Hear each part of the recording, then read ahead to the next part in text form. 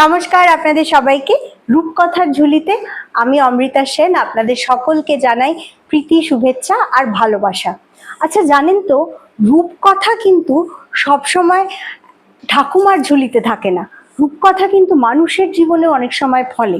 মানুষের দৈনন্দিন জীবনে এমন অকস্মাৎ অদ্ভুত অদ্ভুত ঘটনা ঘটে যখন মনে হয় যে কোনো এক অদেখা জাদুকর যেন জীবনে নেমে এসে হাত ধরে সব সমস্যার সমাধান করে দিচ্ছে।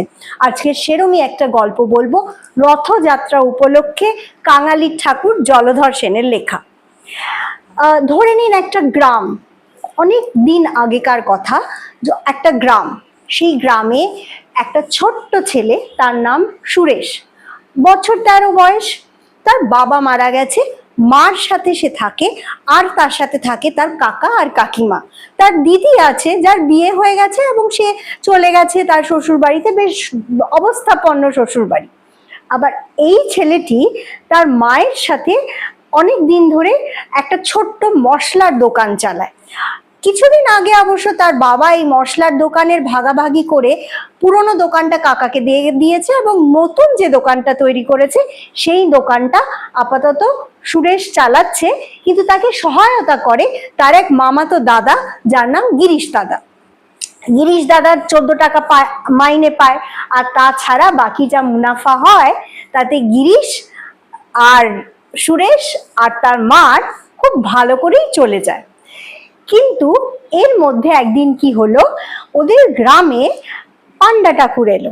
পান্ডা ঠাকুর নিয়ে যাবে সবাইকে পুরীতে।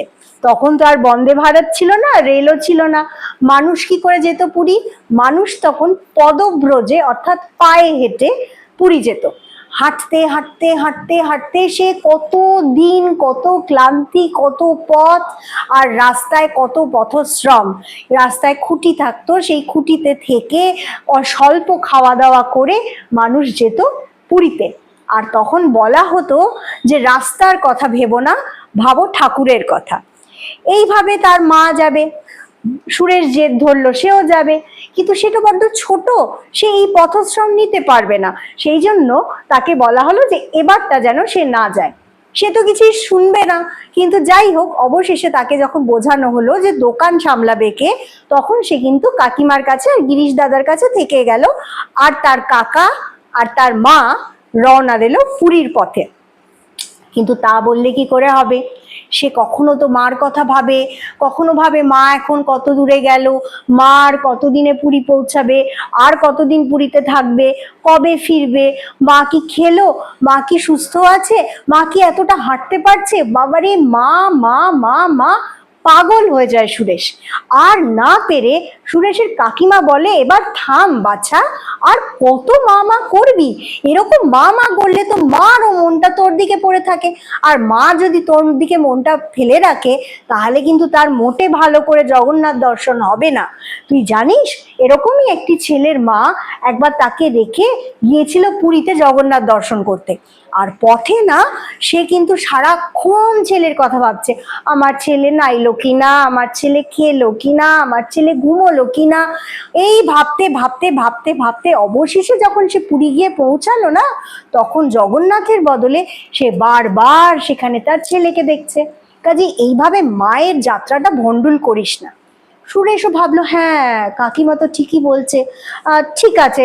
সে এখন মশলার দোকানে একটু মন দিল, আর মাঝে মাঝে গিরিশ দাদার সাথে খেলে, খায় দায়, ঘুমায়। কিন্তু মার কথা ভাবে না তা নয়, কিন্তু মা মাকে একটু কম করে। এর মধ্যে এলো রথযাত্রা। গ্রামে সবাই বাচ্চারা রথ টানতে বেরোলো। এইবার সুরেশের মনে পড়লো যে এবার তো রথযাত্রা শেষ, তাহলে এবার নিশ্চয়ই মা ফিরে আসবে। আবার সে শুরু করলো দিন গুনতে। দিন গুনতে গুনতে গুনতে গুনতে অবশেষে একদিন গ্রামে সে খবর পেল যে পুরী যাত্রীরা সবাই ফেরত চলে এসছে। আর সেই ফেরত আসার সঙ্গে সঙ্গে সে তার দৌড়ে গিয়ে মাকে খুঁজতে চলে গেল। কিন্তু গিয়ে দেখলো সেখানে তার কাকাকে। কাকাকে দৌড়ে গিয়ে জিজ্ঞেস করলো, কাকা মা কই, মা কই? আর তখন তার কাকা কিরম যেন একটা বিমর্ষ মুখে দাঁড়িয়েছিলেন। আর এইটা দেখে ওর ভেতরটা কিন্তু ছ্যাক করে উঠলো। কাকার মুখটা এত দুঃখী কেন? কাকা কি হয়েছে? মা কোথায়? মা? কাকা তাকে জড়িয়ে ধরে বলল, খোকা তোর মা আর নেই রে, বছর তোর মা আর আনতে পারলাম না, আমি আর বৌদিকে আনতে পারলাম না। মানে মা নেই কেন? দিন সাতেক আগে জানিস, আস্তে আস্তে এক খুঁটিতে তোর মায়ের ভয়ঙ্কর ওলা ওঠা হয়।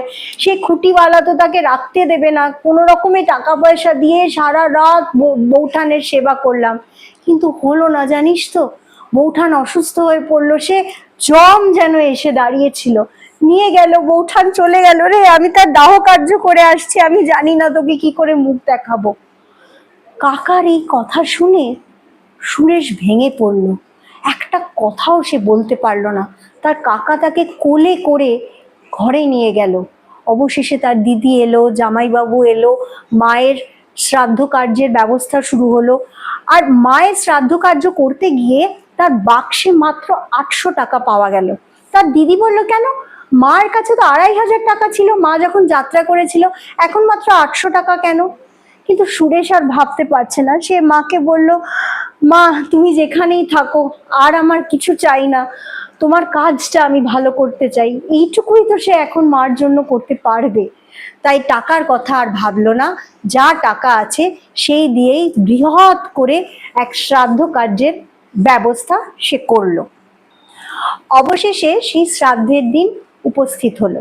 কত আত্মীয় স্বজন, কুটুম, গ্রামের লোক সবাই আসতে আরম্ভ করলো।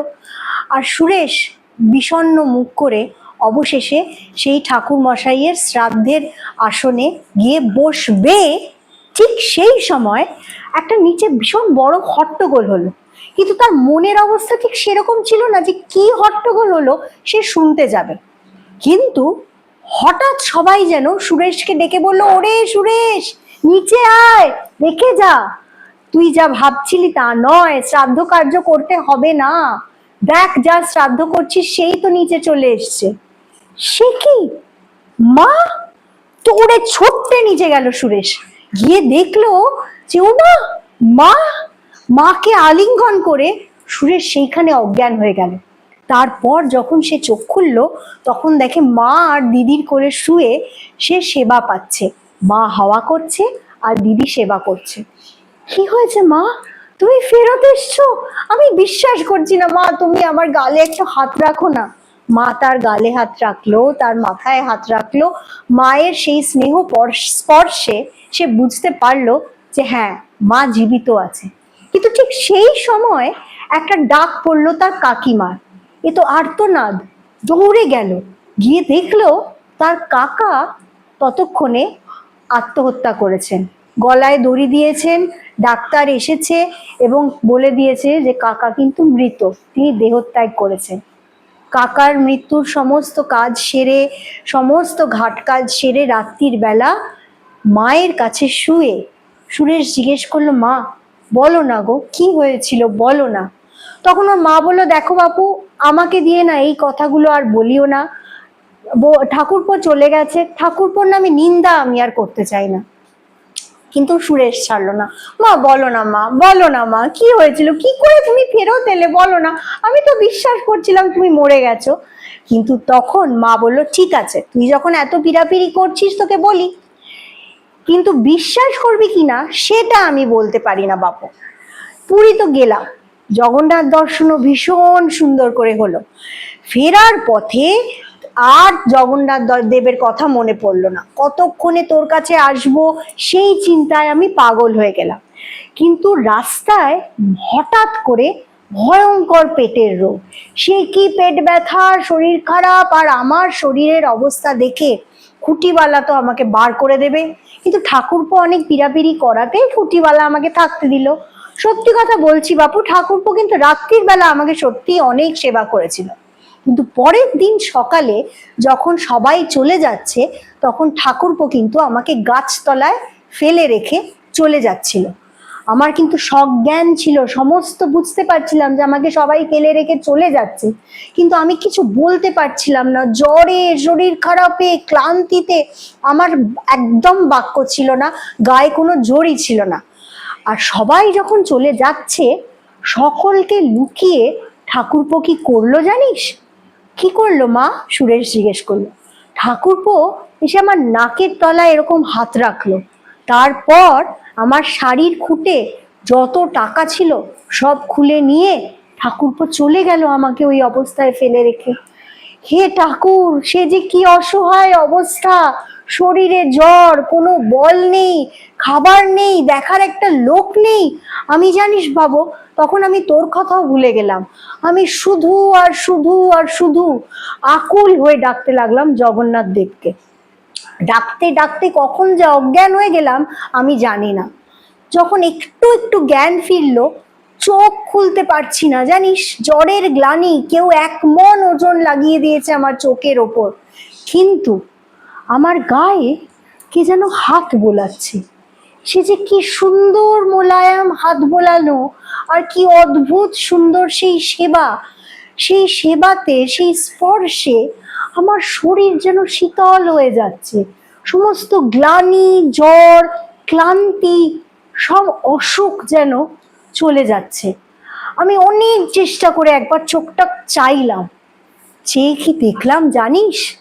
দেখলাম সেই চাঁদ মুখ, সেই কালো কালো মুখ, তার গোল গোল চোখ, আর সুন্দর মিষ্টি হাসি, আর এক চোখ করুণা, স্বয়ং জগন্নাথ দেব।